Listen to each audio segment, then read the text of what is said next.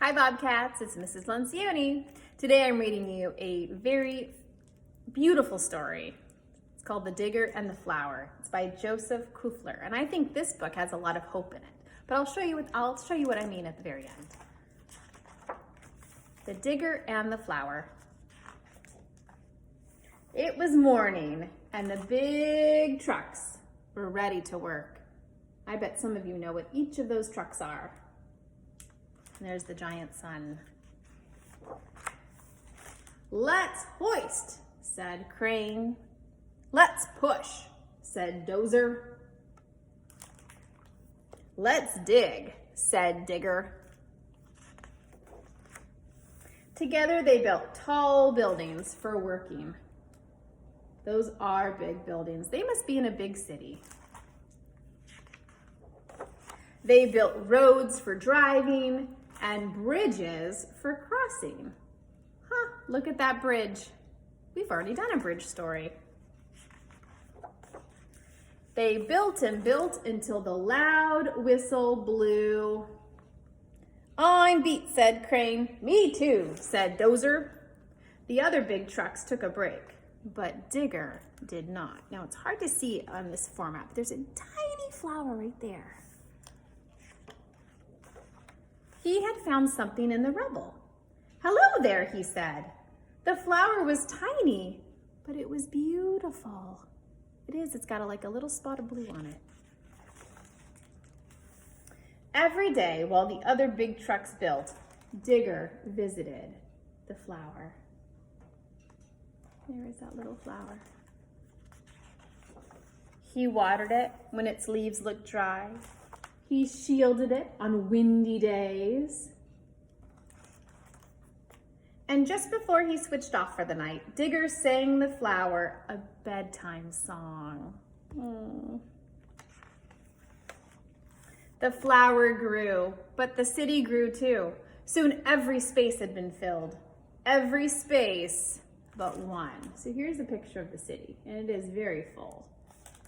But there's the one piece of land with the flower on it.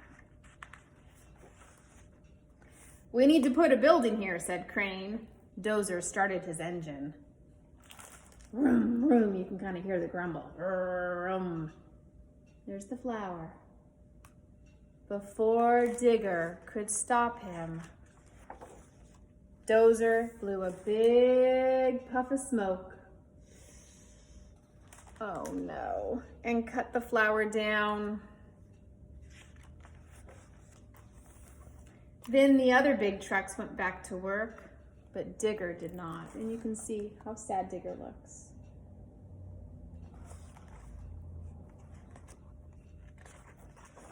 When the smoke cleared, Digger saw something in the rubble. "Little seeds," he said.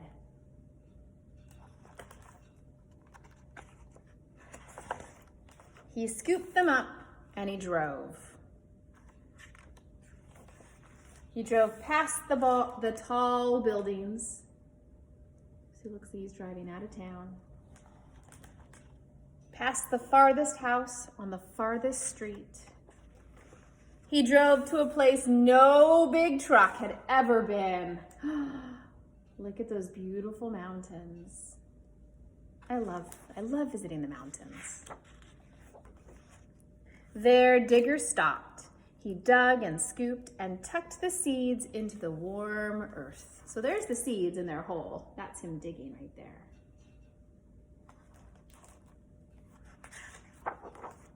Every day, Digger cared for the seeds. He watered them when their leaves looked dry. He shielded them on windy days.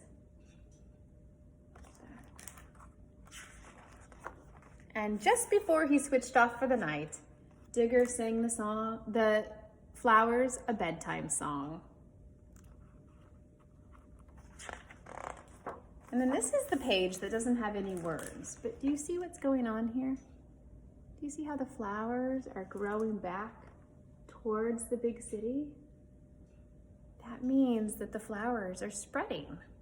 And to me, that signals hope. That all those flowers are coming into the big city to help brighten it up and add some natural life to it. The end. This would be a great time to plant a seed, I think. If you can find a seed, maybe one, if you have oranges at home, you can find a seed in your oranges and bury it, or take an avocado pit. I know we're doing that at our house, just as a fun science experiment while we're out of school. So let me know if you decided to plant anything. Leave a note in the comments. I'd love to hear about it. Bye.